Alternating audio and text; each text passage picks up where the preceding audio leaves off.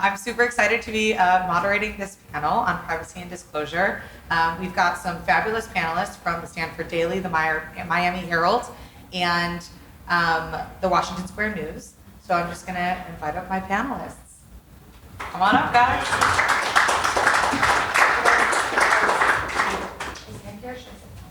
Okay, you guys go ahead.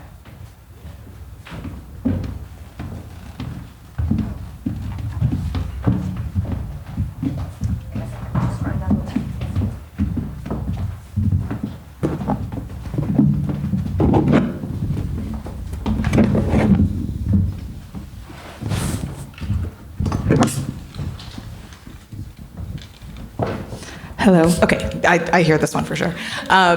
Okay, so to get us started, obviously we have a lot of folks who were at the awards last night and are familiar with everyone's work.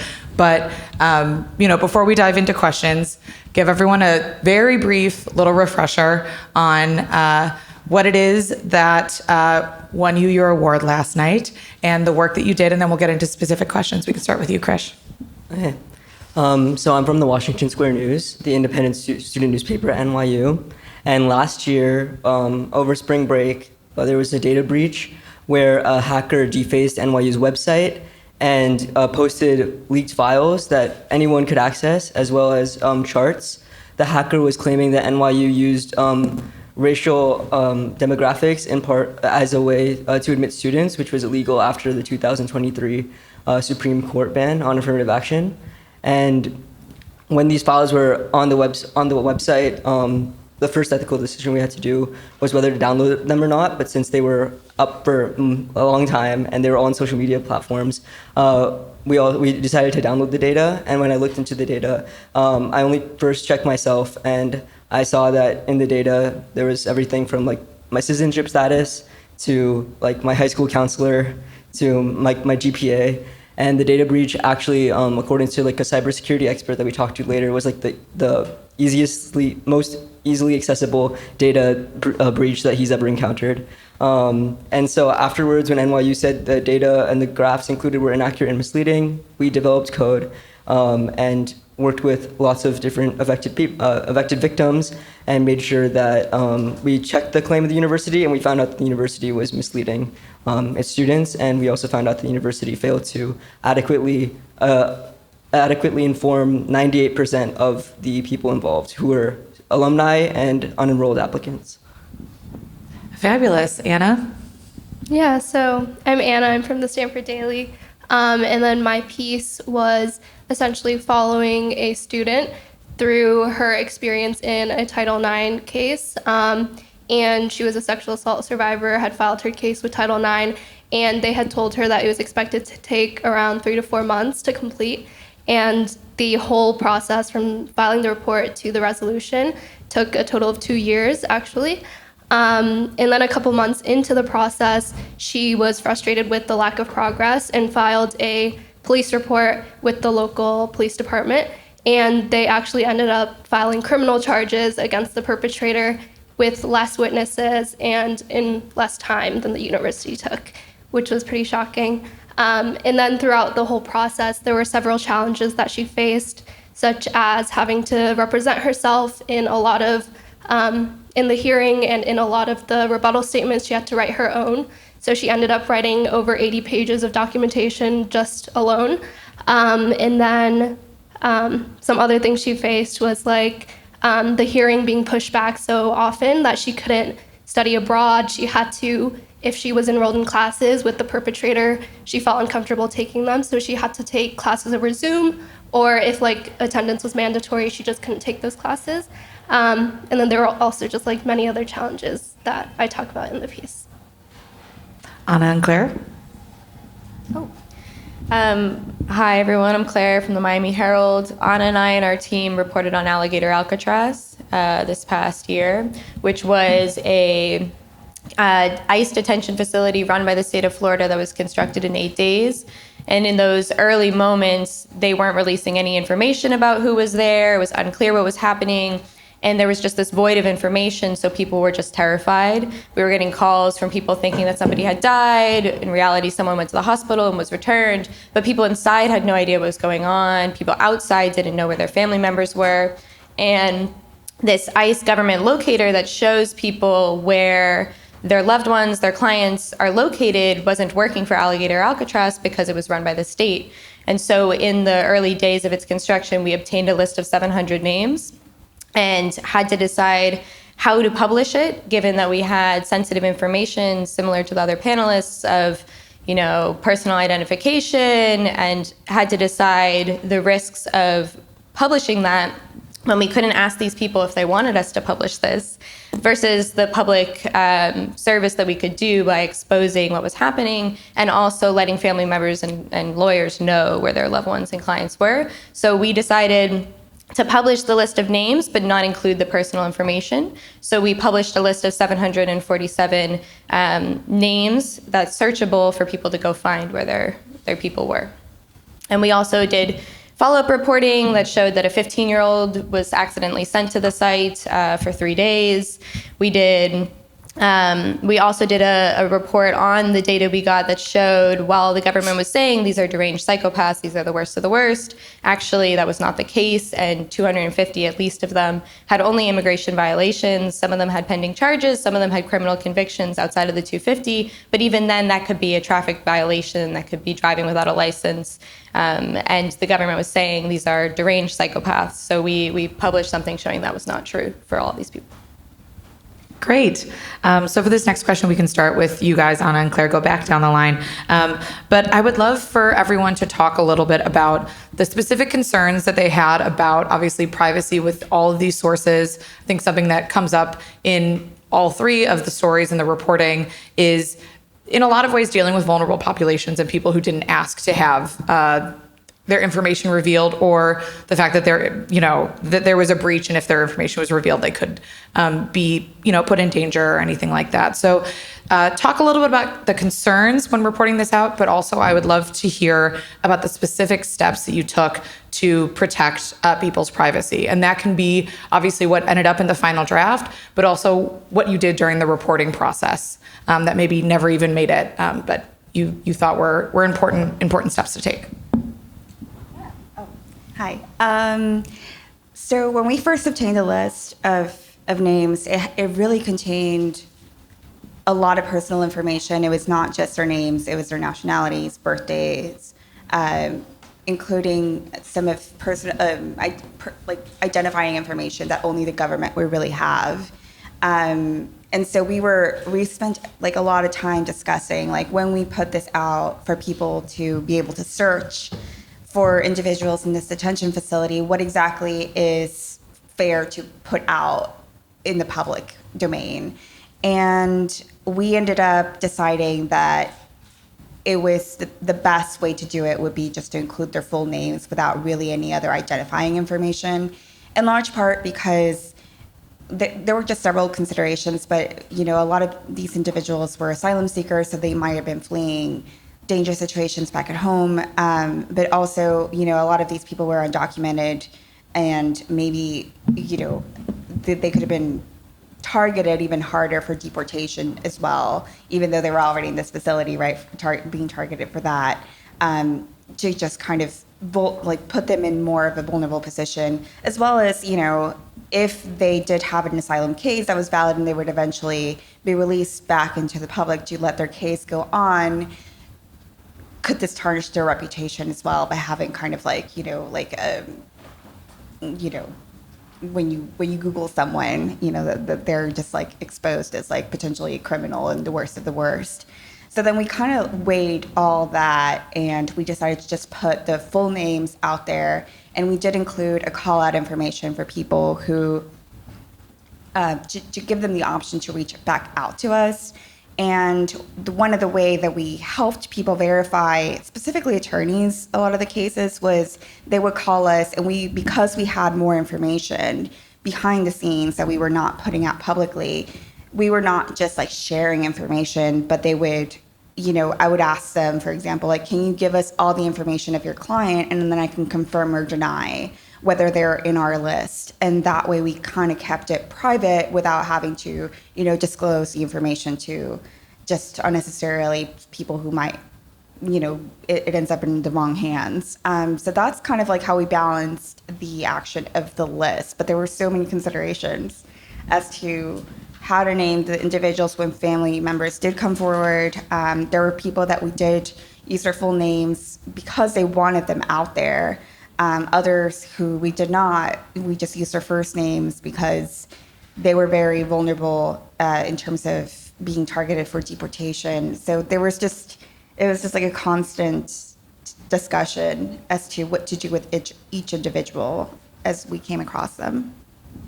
And the only thing I'll add is with the list specifically, we were filling something that would have otherwise existed. So when people are in ICE detention, they can use nationality and birth date or nationality and an A number to find where their person is. And that's largely the only way that they know that person has been transferred, and they're transferred all the time. And sometimes it's inaccurate. And if that's not there, they only know the person's been transferred when that person can call them, which is really difficult, or that person will kind of disappear for like 3 days, but they have this government website. When that wasn't functioning, one of the things that we were talking about is that would give them the name, just the name and the location. So we're kind of filling this void that's very necessary for people to know that just otherwise would exist. But that wouldn't otherwise give them, if they didn't already have it, their nationality and their birth date. So we're replacing, a public need by doing the names only. That's really interesting. Anna? Yeah, so the main tension around privacy and disclosure in my piece was around the source who wanted to remain anonymous, and I think it's totally understandable why. But in doing that, we basically needed to decide on what details were too identifying to include and what were identifying but were central to the focus of the piece, which was Stanford's institutional failure to protect the survivor through their Title IX process. So I worked with the source very closely over many interviews over many months just to decide on little details that were maybe just a sentence included in the piece. And I think a good example of that was, I want to be careful here, but a good example was her family situation. And we had talked at length about why she had to basically go with the Stanford appointed lawyer with who she had 11 hours to work with throughout 2 years, which was not nearly enough. And there was a lot of detail that went in behind that. But ultimately she decided the only thing she wanted to include was that she didn't have the support of her parents. And that was sufficient to get the picture across to the reader without exposing too much information, without being identifiable by people outside of her close circle. And yeah, there were a lot of things like that. And then the other big decision we made was to keep the perpetrator's name anonymous as well. And most of the decision that went behind that was because in revealing the perpetrator's name, that would also put her at risk of retaliation and reveal her to people who ran in their circles since he was an acquaintance of hers. And also another big reason after we had talked about it was when I had obtained the criminal case files, even though she had reported the case anonymous, as an anonymous reporter to the police, there was a lot of identifying information in the criminal case files that if the perpetrator's name was revealed to the public, it would have been much easier to identify her as well. Okay, yeah, so our largest concern relating to privacy was kind of after that initial breach that we reported, and especially after NYU declared that the data included was inaccurate. We wanted a way to verify the data without further victimizing people whose personal information had already been broadcast on nyu.edu for 3 hours. And so the way that we went about that was we created a code. So the data was separated across 4 files, and it spanned hometown, GPA, what Krish mentioned, basically a lot of the personal information that you use when applying to college. And so our code was able to compile that information. So if you search one person, you can download a file of all of their information without even having to open or look at the file. And so Krish created that code searching himself primarily. And then after that, we verified it with more than 100 students by sending them files of their own code and asking them to confirm that all of the information included was correct. And then another slightly less prominent concern when it came to privacy was when we were speaking with students who were plaintiffs in the over a dozen at that point cases against the university. We spoke with them about their concerns on the condition of anonymity or on the condition that they would not be included in the article, because we, as many students, even, when some of the information was somewhat public, didn't want to risk further retaliation from the university, and we wanted to best understand the scope of the impact of the data breach without, victimizing our sources worse further. So, yeah. And then since you talked about the reporting process, one of the first things that we did is we made sure that what we report was only aggregate data. So making sure that we only tackle things that were addressed in the breach, which were letting people know how many people were affected, letting people know from what years were people affected. We made a graphic that showed all the different details that were included, which was dozens of details. And balancing the aggregate data with analysis was really difficult because the data, as Dharma mentioned, was over 4 files. It was over 15 gigabytes.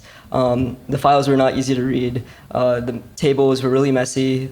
There's information about, for everyone, the information was split amongst these 4 places. It was hard to connect. And so one thing that many institutions or organizations do when they look at data that's so large, especially now, is use artificial intelligence in their analysis as a tool, especially for coding. But one of the decisions we made with privacy in mind is to make sure to not put any of the information of the leaked applicants into the LLMs, because they may hallucinate, or we don't know what they're going to do with the data. We don't know if that data is going to be fed somewhere, which it's just an algorithmic black box. And so we used artificial intelligence only for the interview transcripts and also for helping understand the different columns of the tables in the data breach, but without any of the personal information. We also made sure to verify all this information first by ourselves. I'm a computer science major and Dharma's a data science major. And then also with cybersecurity experts, multiple of them who verified everything that we said was accurate in regarding the data. And that was really helpful because we needed to make sure that what we were publishing would be held accountable. And an LLM can't be held accountable, but cybersecurity experts with years of experience can be. And to your point about verification, I wanted to ask Anna and Claire if you could talk a little bit about ways in which you were able to, or if you were able to verify that the list was legit, how you did that, that sort of stuff. I'd love to hear more about that. God, I think that was the hardest part. So I want to be careful too with how much we talk about here, but the internal data came from someone who showed the receipts, and we scrubbed the data in a way that it was not identifiable. Well, I think we were really careful to make sure that no one really knew who the source, where it was coming from. I guess it was just internal, because it could have been the federal government, the state government, it could have been a private vendor, it could have been all these things, and so the way that we verified it had to be really carefully done in terms of we needed to get comment too from the government, right? We had to show them before we published for comment. And I remember that we ended up deciding, we ended up deciding that it was the list that we published. As we published it to the public, we sent it to them ahead of time, and they know who is in there. They're just not saying who's in there. There is a way for them to verify all this information, so we gave them all the names, and we said, we are prepared to publish this. Can you comment and verify whether these are the detainees? And there was just, they would never really like confirm in detail like the individuals, but the way that we were very confident that this was accurate information is because we had already been in contact with several family members, several attorneys who had loved ones who knew they were in there, and we asked them for all their information, and it matched the list that we had. And it was also matching the number of detainees that we were able to obtain, was also matching with what lawmakers were being told was the quantity of individuals in the facility. So it was all adding up in terms of, okay, the number adds up. The individuals who we know are 100% there are on our list. And then there was also a common denominator with the ICE locator, where these individuals would, like, family members would share screenshots with us of, my family member was in this federal ICE facility and here he is, and all of a sudden, as soon as I got the call that he was in Alligator, Alcatraz, he was no longer in the ICE locator. So then we were able to check every single person. We divided it with a group of 5 reporters, right? We divided the list of 700 people, and we put every single individual through the ICE locator database. And the common denominator was that if they were not in the ICE locator, they were most likely in this facility. Because a lot of the individuals that we obtained were not just people who were in the facility, but they were slated to go to the facility as well. So when they were slated to go to the facility, they would show up on the ICE locator. And I was able to go back to the source and verify, like, hey, what's going on here? And when we had questions about certain individuals, we did cross-reference back to the original source to see if there was more information we could get. But it was pretty tricky because the government, either the state and federal government, were not really playing ball. So. Yeah, go ahead. Yeah, I'll just add to that otherwise, when they drop off the ICE locator, they're released or deported. So that's how family members find out they've been deported, is they're not in the ICE locator. They just aren't there. But then this is just like shocking to be like, okay, well, I know they're not here. I know they're not there. Where are they if they're not on the ICE locator? And so only 40 of the 747 names showed up in the ICE locator. And we knew from our reporting that they were likely all detained and at this site from our cross-referencing. And then with the 15-year-old, I'll talk briefly about that because that was also difficult to verify. We were getting reports that a 15-year-old had been sent to this adult facility. And we were able, through like lawyers and a chain of sources, to get in touch with his dad and a lawyer who had spoken with him because he was still in a juvenile center. They had transferred him. But he didn't know the name of the facility. He was just describing it, like, vividly. He was describing cages and tents and bunk beds inside these chain link cages in the Everglades with these massive mosquitoes. And it all kind of lines up to the one place. And then when we spoke with his father, it was also all lining up to the one place. But when we reached out to the government, they said, this is inaccurate. You have bad information. It didn't happen. And it wasn't until we said, well, we have confirmed it did happen, and we will be publishing that they said, oh, actually, yes, he was there, in fact, but he lied about his age. And so it's, he lied, and this is, their quote was, this is the reason why this is such a problem, that it's hard to verify who these people are. It's like, well, we've seen the photo, he looks like a 15-year-old child. So that was the chain of events that led us to publish. But when we reached out to the government, we had to go through all these other steps to verify it because they were denying it happened. Great.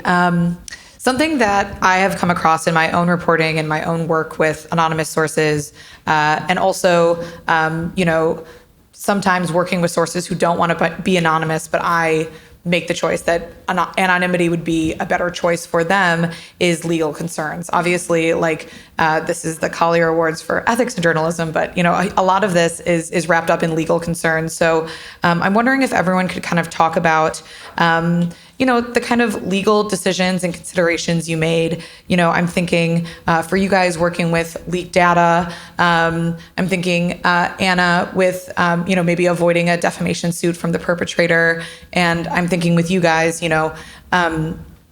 trying to protect this source who clearly breached some sort of security to share the list with you guys. I would love to hear about how you guys thought about kind of avoiding legal recourse for your reporting. We can start with you guys. Obviously, we mentioned our first consideration was whether or not we download this data. We decided to, but after that, we immediately called the Student Press Law Center, which is a fantastic resource. It's free lawyers. And we spoke with them kind of about just our considerations and what type of information can we publish, to what degree can we use this data, how can we use it to now we have NYU's admissions data after we realized that it was accurate. Can we use that to create other stories? How far can this information take us? And we decided to download the data so that we can verify it because, in the interest of public information, we wanted our readers to know the scope of the data breach, especially as NYU was downplaying it, and also because 98% of the people affected by the breach, who were alumni and applicants dating back to the 1970s, were not notified in any capacity about it. So we wanted to release this information in public interest. That said, we wanted to pretty much stop it there as soon as we could verify the information, and as soon as we sent those files to more than 100 students, we no longer used the data. We did not use it to, we thought about how could we make a story about NYU's ED2 versus ED1 acceptance rates, or these other different these other things that could come out of this breach. And we decided that we would end all data use at that point of verification and really just limit it as much as possible. And also, as we mentioned, we did not review students' files, so we were not personally looking at applicants' information. And that was. When we talked to the Student Press Law Center, we already had things in mind, but the lawyer that we talked to really helped us understand that this was a data breach that was very publicly accessible, and that there are not many legal concerns reporting on this story, especially if we focus on the aggregate data. And as Dharma said, we made the choice to only focus on the claims that were made by the hacker, which was that NYU was using race-sensitive admissions. And with that claim, we did look at the claim ourselves, and we talked to cybersecurity experts, and we determined that less than 5% of the applicants submitted their SAT scores or ACT scores in the cycle after the affirmative action ban. And while the hacker was claiming that NYU's the scores for certain underrepresented groups were lower than others, because it was less than 5%, we talked to the cybersecurity expert who said it was statistically insignificant and that specific claim was misleading. So we did investigate that claim. We posted a graph of that claim just to show that even though NYU said that claim was inaccurate and misleading, while it was misleading, it wasn't inaccurate. The numbers did match up. So after we did that and we just detailed all the different parameters of people, as Dharma said, we decided to end it there. And Anna? Yeah, so when the source when the source first approached us, I think there was always a concern of when we're publishing an accused person's name and these are just allegations, and even though there's a criminal case, there's still the risk of defamation. I think that was always a concern for us. But when I spoke to the source at length, she told me that she didn't want the story to be about her sexual assault. She didn't want it to be about the perpetrator, and it wasn't about exposing who he was. or anything like that. What she really wanted to focus on was Stanford's failure to protect her and the re-traumatization that happened throughout the 2-year process that made her have to sit with her sexual assault for so long, have to defend herself in documents, and she had to like read everything that the perpetrator was writing about her throughout the whole investigation. So that kind of made the decision easier, just to not publish the perpetrator's name, not only because it was potentially identifying, but also because that was not the focus of the story. We wanted to keep the spotlight on the university and the failure to protect the survivor. Well, we had attorneys at the newspaper in the newsroom, so they helped review like everything before it got published. But I think the considerations, the government, specifically the state government, would always claim for example, when we would request public records, they would claim trade secrets, or that there's all these things that they sometimes claim to prevent the publication of things. But I think we were kind of surprised that the government didn't really push back that much on the publishing aspect of it. So I think the biggest consideration for us was the protection of the source, and making sure that they were not exposed for what they were doing in terms of retaliation. And then I think, right. I mean, our attorneys just reviewed every single copy of it, and we were pretty confident based on how we were cross-referencing and confirming all the names that, it was not really a situation of where they could sue us potentially for defamation or anything like that, or inaccurate reporting. Yeah, I think the concern also, if I remember what the attorneys were saying correctly in like the 24-hour whirlwind, was how we actually got the information. And we had to be very careful, even what we said to them, because we don't really want to tell them that, to protect the source. But the question would always come down to, like, did you, in the act of getting this information, do anything wrong? Because then you're being opened up. Versus if reporters are obtaining, again, if I remember what they said correctly, like a list from someone else, it's on, what they did to obtain the information is the second question. What we did to get them to get the information is what the lawyers are asking. And in this case, it was presented to us, from somebody else. It's not like our process and chain of getting it would open us up to any legal liability. Right. We were not asking someone to do something illegal by turning over confidential and secret government information. They volunteered it, and then we asked for more details to verify what they have provided.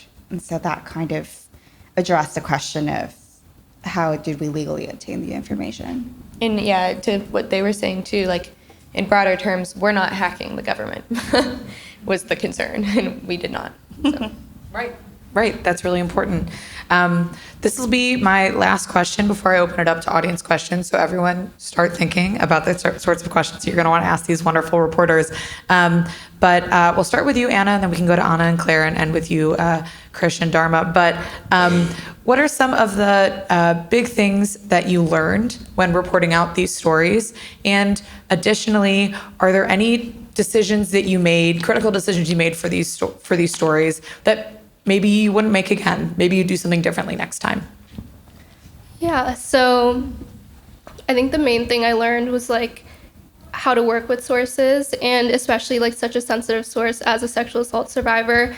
It's very difficult to navigate conversations around assault, and like even though most of our like discussion was around Stanford and like her process, her Title IX process, in the piece I also chose to include a paragraph describing the assault, and that was a conversation that we had like in one of our last interviews, and that was like we led up to that just like through forming like a more comfortable connection. She began to trust me more, and we had to like walk through that. And I think it was really important that it came from her, how she described it in her own words, even though I had like read of some of the details in the Title IX report and in the criminal case files. It was just really important to me that she felt comfortable sharing that with me. so that we could also describe it in the way that she wanted to. And after when we were still working on the piece and we were finalizing the final draft, that was also a paragraph that I read back to her and made sure that she was okay with the phrasing and all of the wording. Yeah. I think for me, it was the biggest thing I learned was just how important it is to make sources aware of the consequences of what the stakes, I guess, because sometimes a lot of the people we were interacting with, they were really eager to do something about what they were seeing, and they wanted it known. They wanted to work with us, but sometimes they would not really know the potential repercussions of what it would mean to make all this stuff public. So it was a lot of almost like education about how journalism works, and just kind of like making them aware, like listen, we're not saying no to collaborating or to writing your story, but we just want you to know, like, are you prepared to have this out there, whether it's your name, whether it's the data you're providing, whether it was your story, your arrest, and just like having them understand fully, it's out there in the internet and in the public record forever. And nowadays, like, it's just so easy just to look up anyone by Googling. So just making them all aware about the consequences. And there were times where, we were trying to make sure that we were not like overly protecting them, that it was also respecting their decisions to do what they wanted to do without us preventing them. And so I think that was like the biggest lesson of just how to balance you not telling someone what to do, but making them fully aware of what the consequences are of trying to do something risky, whether it could mean they lose their jobs, it could mean they get deported. I mean, it was pretty high stakes for everyone involved. And so learning how to respect that and balance it out was the biggest lesson, I think, for me. Yeah, I think that was part of it for me too, and also having these conversations and knowing I can't control the outcome of either your decision either way. Like, I can tell you what I know and what I know from experience, but should you say, put my name in it, still, given everything you said, put my name on that, I can't tell you no, and I also can't tell you what will happen, and I don't know what will happen. But the other lesson I took away from it is, because this was so fast, this was like we're on the phone for 24 hours straight going over this list, we're trying to fact check it as much as possible, just like how deep the extent of misinformation in like the bubble that we were in went. Like, we did an analysis on the data that we didn't publish, saying, the criminal convictions, pending charges, immigration violations. And then we went back to the data and in following months had a chance to try to verify, go up and do background checks on these people. And we were finding like it also didn't line up. Not only was what they were saying not lining up with the list we obtained, the facts that they had in the list didn't seem to match either. Criminal convictions, some of the people didn't seem they were convicted, and we couldn't find what conviction they're talking about. So just operating in that realm in 24 hours of making sure we attribute very clearly, this is what we know, as clear as possible, because this is what the government says, and we know it from here, while also not revealing our source. There was a lot to be, learned from that situation of making sure we're as transparent with the public as possible. Also, while the government is explicitly saying you have inaccurate information, and we're still finding out that we do have accurate, it was just like how to cut through the noise and tell the public, this is where this is from, but we don't know the following. I think the biggest thing that comes to mind for me is the importance of restraint sometimes when reporting. I think as journalists, it's very easy to get very enthusiastic when you have a lot of new information and when you see so much opportunity for new stories and for new things to include. And I think this was an example of a story where we included the exact right amount of information. And I also think the importance of taking your time and getting strong sources. We talked to the cybersecurity experts. We then later contacted them again with follow-up questions. We talked with the Student Press Law Center, but then also lawyers representing plaintiffs against the university. And we talked with professors. in cybersecurity, and through all of our sourcing, we were able to get a much stronger understanding of the scope of the breach and, which policies did NYU violate, and then what might it have done. Even like a university-wide statement earlier could have saved it a lot of the legal retaliation that it faced. And, we learned that the data that was leaked was worth tens of thousands of dollars, and just all this information that was so important to developing the story and to really informing the public about how they were maybe at risk wouldn't have come had we been, I think, trying to get it out as soon as possible. So having that time, and then also having sort of the consideration to say, okay, we are going to evaluate the specific claims that the hacker made, the specific claims that NYU made, and stop there, was all really important to this story and a really great reminder for my reporting work in general. Yeah, I completely agree with what Dharma said. I think that one of the other most important things that we learned is just something that we have been doing at the Washington Square News every week, which is making sure to hold the university accountable and not take its word as fact. As the university's largest source of independent news, we have informed our students about a variety of things going on, and especially learning that they had a policy that they removed saying that they destroyed data after 5 years, or learning that as a lawyer talked to us, they could have kept their data in separate hard drives, making all these many different parameters about academic information, personal information, familial information, kept them separate. It was really enlightening to see that the university was callous in the way that it held our data, and I'm really happy that we were able to inform students. When you asked what you wish that we would have done that we may have missed, I think one thing that we did include in our story was a Black Student Union statement that criticized both the university and our initial breaking news article that had come out 10 days prior, for the way that we covered for the way that both the university and we spoke about the data breach, in light of the fact that it was racially targeted and was highlighting the GP and SAT scores of different racial groups. And for our follow-up story, we did contact the Black Student Union. We included their statement, we linked it, and we, I believe, quoted from it. But I wish we pushed more before publication to really try to get an original quote. But we were working in against a race against time, especially as there was many legal developments happening.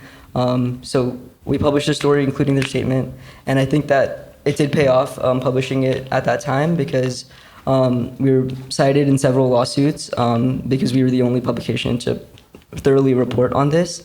And ultimately, I'm proud that in the end, some students did receive compensation. Many people were notified. And the university said that it's going to improve its cybersecurity standards, and they established a hotline as well. So there's something that came out of our reporting. Yeah, absolutely. Before we open it up, I also just want to add to what Anna said about people, sources who are super eager to work with you. I think that's something that I've learned in my work, is for as many anonymous sources that there are, that you really have to persuade and make comfortable. There's just as many folks who are ready to put their name on the front page, and the ethics really have to come in when you say, but you don't understand necessarily what the repercussions that could come from that, and making sure that you're protecting your sources. So I love that you included that. So now I'm going to open it up to our wonderful audience for questions. I know I told you guys to be thinking of them. So, okay, great. We'll start with you.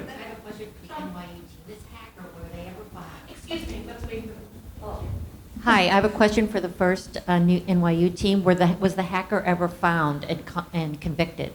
There has been a lot of research into this, actually. So the same hacker, or someone at least who used the same alias, a couple years prior had also defaced the University of Minnesota website. And just months after the NYU incident, it also happened at Columbia. And if any of you remember the whole debacle over Zohran Mamdani's college application identity, then that was likely the same actor. To my understanding, I've spoken with reporters from The Verge over this who are really trying to investigate the issue. They have not been caught yet, but there's like a very clear alias who has done this to NYU as well as multiple other universities now. And it became a much larger issue a few months after it happened at NYU because the Columbia data breach caused so much speculation in regards to the mayoral race. Yeah, over there.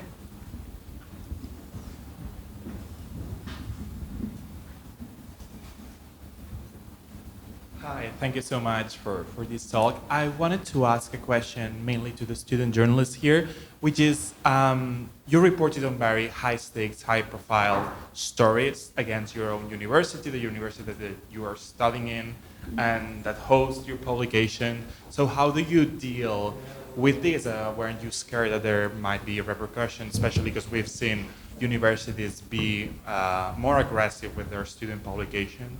And the equivalent for the other team would be just the administration. We've also seen this administration be very aggressive toward journalists. Were you scared that there was going to be some kind of repercussion? Great question. We can start with you, Dharma and Krish. Yeah, I think that obviously, like as students, like it is difficult and scary to write things that you think that could get you in trouble. But ultimately, like this isn't the first time that Dharma and I wrote a story. We wrote several, like dozens of stories beforehand, and many of those stories were doing the same thing, holding the university accountable, even at our own expense. In fact, like the last summer, we wrote a story about NYU's Abu Dhabi campus and their commencement ceremony repression and their academic repression regarding the war in Gaza. And we covered on-campus encampments as well. So the data breach, I think at that time we were also already like used to it, and it wasn't much of a concern. But as like the federal climate has changed, and with like increasing, as you said, like university pushback against campus publications, one thing that we're really holding strong is like our independence. And I'm really proud that we are an independent student newspaper and that we have a very, very, very limited relationship with the university.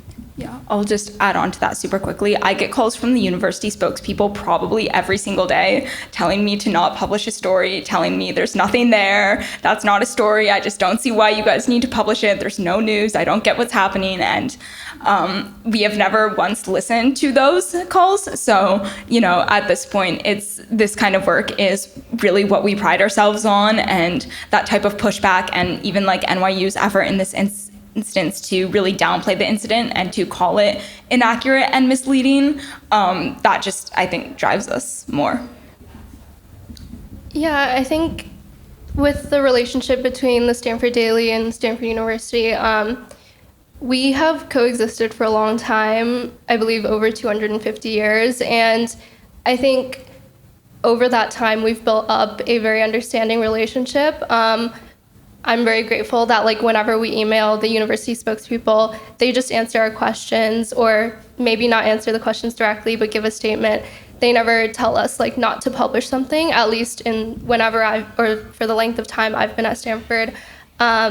So that was not so much a concern. I think in terms of like the Title IX office though, that is a little bit of a different story. I used to be the Title IX beat reporter in my freshman year, and in working with the Title IX office, I found that they are very opaque about their processes. I've tried to schedule many meetings with them. I've never once had in-person interaction with them. Once I went to the office and they told me to email them. And when I was reporting the story, I actually had finally scheduled a meeting to go over what the process looks like at Stanford, or how they claim it to look like. But then when the university responded to my other request for comment, they canceled the meeting. They were like, I understand you received a response already. So it's very difficult to get in touch with the Title IX office. I'm sure it's true at many other universities. I also wanted to talk a little bit about campus culture and the climate around student journalism. If a lot of you guys don't know, the Daily is actually involved in a lawsuit right now with the Trump administration, specifically Marco Rubio, for the chilling effect on campus free speech. And we've seen this mostly with international students who are resistant to talk to the press, which has like a big effect on our credibility, and not being able to talk to such a big portion of the student population is very difficult for us. They often request to like be anonymous or just like not speak at all. And we've seen this like within our newsroom as well. There are lots of international students who are involved in the Daily and following like the deportation of many students, primarily around like reporting on Israel-Palestine. They want to like have their stories taken down, which we unfortunately can't agree to. And there are editors in like higher positions who have stepped down because they're afraid of being targeted. So I just wanted to like bring awareness to that. And I'm very grateful, our newsroom is very grateful for the Student Press Law Center, who filed an amicus brief along with many other student publications. Yeah. Wow. I think, well, the DeSantis administration is interesting to deal with as a reporter. And before Alligator Alcatraz, I think I had like the benefit of having dealt with them for a while, to the point that this is an office whose press officers are known for like responding to my emails with memes, attacks, ignoring me, calling me out on like screenshotting the emails and putting them on Twitter. So I was kind of like used to their tactics for a few years at that point. And I mean, I think it was just like the way that I came into it was more so like, how are we going to verify? Because they're not gonna like really cooperate at all, knowing them. But I think the wild card in this one was that it was also the federal government that was involved. And it was the state was doing this to help the Trump administration expedite all the deportations that they wanted to do. So I think the wild card was when the White House got involved, and when we started publishing, I think some of the most egregious issues with the facility.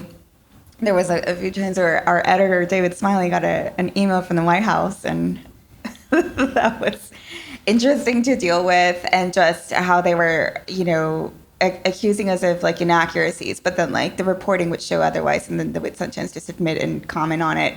But like they would be very public attacks, like the White House. It was not just an email. Like the spokesperson for the Department of Homeland Security would attack us on social media and tag us. So it was just kind of like just being prepared for that, and sometimes just turning off your phone and standing by your reporting. I don't know about you.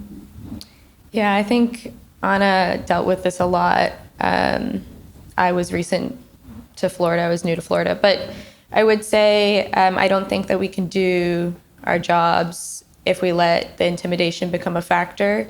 If we're looking at this and trying to decide all the careful ways to publish and verify, and then we also factor in the intimidation, it's just not going to be the quality reporting that we want to put out.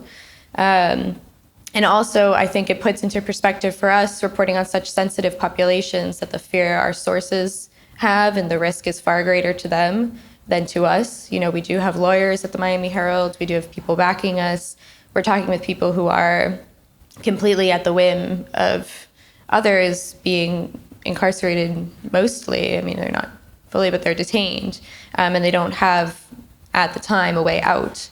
So, and also our whistleblowers. So it puts into perspective that even if we're afraid, we're operating in a different place than the people who are risking so much to come to us with this information. And I also think it was throughout the year, because we did follow-ups on this story and did follow-ups on the people who were at Alligator Alcatraz. And one of them at the end of the year, I ended up sending to DHS like a list of like 12 quite detailed questions because nobody was getting back to me. And I was like, well, this is publishing like tomorrow. And their response within like 10 minutes was, well, your first quote unquote question reveals how absurd this article will be. This is totally embarrassing. And I said, okay. So I put that in full in the article and moved on, because at the end of the day, it's a disservice to the public, and they're not providing any information, but I can't view it as personal. They're choosing, just with the 15-year-old boy, to deny something that we have already verified. And it's our job in like the most difficult realm of not having access to people who are going to respond to us to just step up the reporting and say, well, even though you say that, we know that's wrong. Yeah, I think we'll end it there. Let's have a big round of applause for our inspirational reporters. Thank you so much for your time, and it's been a treat talking with all of you.